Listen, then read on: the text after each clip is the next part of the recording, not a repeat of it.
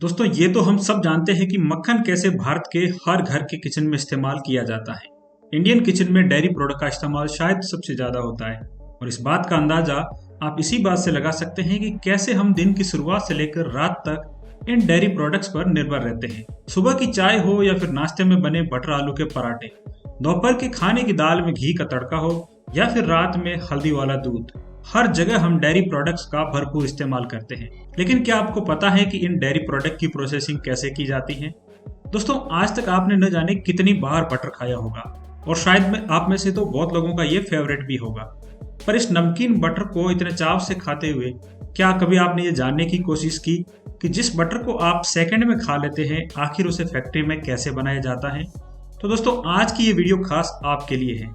इस वीडियो को अंत तक देखते देखते आप ये सब जान जाएंगे कि आपका फेवरेट बटर कैसे बनकर तैयार होता है। इस वीडियो में हम अमूल बटर के बारे में बात करेंगे, लेकिन सभी डेयरी में लगभग ये प्रोसेस एक जैसी होती है। तो चलिए दोस्तों बिना किसी देरी के वीडियो शुरू करते हैं।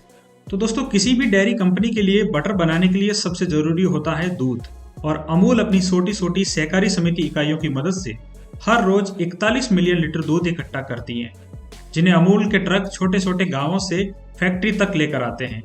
दूध के एक बार फैक्ट्री में पहुंचने के बाद इसका क्वालिटी टेस्ट किया जाता है, क्योंकि इस प्रकार की कंपनियां हमेशा अपनी क्वालिटी पर ज्यादा फोकस करती है ताकि इनके कस्टमर्स का विश्वास इन पर हमेशा बना रहे। जब दूध का क्वालिटी टेस्ट सक्सेसफुल हो जाता है तो उसे स्टोरेज टैंक्स में पंप के द्वारा सप्लाई कर दिया जाता है। इन स्टोरेज टैंक्स का काम सिर्फ दूध को स्टोर करना नहीं है, बल्कि दूध में से बैक्टीरिया अलग करने का काम भी करते हैं और उसके बाद दूध को पाश्चराइजेशन चैम्बर में भेज दिया जाता है। पाश्चराइजेशन के दौरान ये सुनिश्चित किया जाता है कि अब दूध में कोई भी माइक्रो ऑर्गेनिज्म ना बचा हो, और ये प्रक्रिया इसलिए की जाती है ताकि दूध की शेल्फ लाइफ को बढ़ाया जा सके। इसके लिए दूध को पहले 71.60 डिग्री सेल्सियस के तापमान पर 15 सेकंड के लिए उबाला जाता है और फिर बहुत ही कम समय में उसे 3 डिग्री सेल्सियस के तापमान पर पहुंचाया जाता है। इस प्रक्रिया से दूध में उपस्थित किसी भी तरह के जीवाणु अपने आप नष्ट हो जाते हैं। दोस्तों अब शुरुआत होती है आपके फेवरेट अमूल बटर बनने के सफर की तैयारी। इसके लिए दूध को पहले सेपरेशन चैम्बर में ट्रांसफर किया जाता है। जैसा कि इसका नाम बता रहा है, ये चैम्बर्स दूध में से क्रीम निकालने के लिए या फिर यूं कहें तो दूध से क्रीम अलग करने के लिए काम लिए जाते हैं। इस दौरान दूध को एक कंटेनर में रखकर उस कंटेनर को बहुत तेजी से घुमाया जाता है। ऐसा करने से दूध के अंदर से क्रीम और छाछ अलग हो जाते हैं।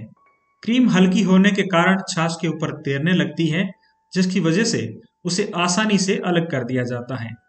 ऐसा करने के बाद एक बार फिर इस क्रीम को पाश्चराइज किया जाता है और इसे हीट ट्रीटमेंट देने की वजह से इसमें मौजूद एंटीऑक्सीडेंट सल्फाइड कंपाउंड का स्रोत भी कम हो जाता है, जिससे कि बटर बहुत जल्दी खराब नहीं होता। कई बार पाश्चराइजेशन के दौरान वैक्यूम ड्यूरेशन का भी इस्तेमाल किया जाता है। इस प्रक्रिया को इसलिए किया जाता है ताकि क्रीम में किसी भी तरह की कोई स्मेल ना बचे। इसके बाद इस क्रीम को राइटनिंग टैंक्स में भेज दिया जाता है। इस प्रक्रिया के शुरू होने से पहले अगर पॉसिबल होता है तो इसमें एसिड प्रोड्यूसिंग बैक्टीरिया को भी कल्चर किया जाता है। राइटनिंग टाइम में इस क्रीम को 14 डिग्री सेल्सियस पर लगभग 14 से 15 घंटों के लिए रखा जाता है, जिसकी वजह से इस क्रीम को एक प्रॉपर टेक्सचर मिल जाता है, जो कि इस फैट के ठंडे होने पर बटर को सॉलिड और स्मूथ टेक्सचर प्रोवाइड करवाता है। राइटनिंग टाइम के बाद इसे कंटिन्यूअस बटर मेकर में भेज दिया जाता है। इस प्रक्रिया के लिए पहले क्रीम को प्लेट हीट एक्सचेंजर से गुजरना रहता है। इस दौरान इसको एक संतुलित तापमान पर लाया जाता है। टैंक को बहुत तेजी से घुमाया जाता है, जिसकी वजह से इसमें उपस्थित फैट ग्लोबुलस टूटकर बटर क्रीम में बदल जाते हैं और इसकी वजह से बचे हुए छाछ का फैट कंटेंट भी काफी ज्यादा कम हो जाता है। इसके बाद क्रीम को 2 हिस्सों में बांट दिया जाता है, जो कि बटर और बटर मिल्क होते हैं, और जब ये क्रीम पर्याप्त आकार में आ जाती है तो इस चोर्निंग की प्रक्रिया को रोक दिया जाता है और इसके बाद इस बटर की सतह पर हल्का हल्का नमक छिड़क दिया जाता है। अब इस मक्खन को कई सारी मशीनों के द्वारा अलग अलग तरीकों से गूंथा जाता है, जिससे कि छोटे छोटे पीसेज आपस में चिपक जाते हैं और प्रॉपर तरीके से गूंथने के बाद ये बटर काफ़ी ज़्यादा सॉफ्ट हो चुका होता है। जब ये सारी प्रक्रियाएं पूरी हो जाती हैं और बटर पैकेजिंग के लिए रेडी हो जाता है तो बारी आती है इसका क्वालिटी चेक करने की। और ये क्वालिटी चेक कोई आम आदमी नहीं कर सकता। इसके लिए स्पेशल एक्सपर्ट्स रखे जाते हैं जिन्हें बटर की क्वालिटी चेक करने का बहुत सालों का अनुभव होता है। ऐसा इसलिए किया जाता है जिससे कंपनी अपने कस्टमर्स को अच्छी क्वालिटी प्रोवाइड कर सके। क्वालिटी चेक करने के लिए पहले तैयार हुए बटर में से सैंपल लिए जाते हैं और फिर उस तरीके से चेक किया जाता है कि उसका टेक्सचर कैसा है, वो कंपनी के स्तर के स्वाद का है या नहीं। इस पूरी प्रक्रिया के दौरान एक खास बात का ख्याल रखा जाता है कि मशीन पूरी तरीके से साफ है या नहीं। असल में मशीन का साफ होना बहुत ज़्यादा ज़रूरी होता है, क्योंकि अगर बटर पर थोड़ा सा भी दाग पाया जाता है तो कस्टमर को उसकी क्वालिटी पर शक होने लगेगा और ये कंपनी अपनी इमेज के साथ ऐसी लापरवाही बर्दाश्त नहीं कर सकती। इसलिए इन मशीनों की टाइम टू टाइम सफाई करवाई जाती है। इसके बाद बारी आती है पैकेजिंग की। पैकेजिंग के लिए जो सबसे पहली मशीन होती है उसका काम होता है बटर पेपर्स को बिछाना। इस मशीन के बाद बटर पेपर्स आगे बटर कलेक्ट करने के लिए रेडी हो जाते हैं। आगे एक मशीन बटर के निर्धारित साइज के ब्लॉक काट कर उसे बटर पेपर पर एक नोजल के जरिए रख देती है और इसके बाद इस बटर पेपर को पैक होने के लिए दूसरी मशीन में भेज दिया जाता है। ये मशीन बटर को रैप कर देती है और फाइनली इन्हें बॉक्स में पैक करके ट्रांसपोर्टेशन के लिए वातानुकूलित ट्रकों के द्वारा भेज दिया जाता है। दोस्तों, ये तो थी बटर बनने की प्रक्रिया, लेकिन दोस्तों क्या आप जानते हैं कि बटर खाने के ढेर सारे फायदे होते हैं। जैसे कैल्शियम की पर्याप्त मात्रा होने के कारण मक्खन का इस्तेमाल करने से हमारी हड्डियां मजबूत रहती हैं और वजन बढ़ने से रोकने में भी कई बार यह हमारी मदद करता है। बटर में कार्बोहाइड्रेट्स कम अमाउंट में पाए जाते हैं, जो कि एक और कारण है कि लोग इसे खाना ज़्यादा पसंद करते हैं, क्योंकि इसकी वजह से उनके शरीर का कोई एक्स्ट्रा वेट नहीं बढ़ता। इसमें कई और तरह के पोषक तत्व भी मौजूद होते हैं जो हमारे लिए बहुत ज़्यादा लाभदायक साबित हो सकते हैं। ये हमारे शरीर में कैंसर के सेल्स को पनपने से भी रोकता है और ऐसा इसलिए है क्योंकि इसमें बीटा कैरोटीन नाम का एक पदार्थ पाया जाता है जिसको हमारा शरीर विटामिन ए में बदल देता है।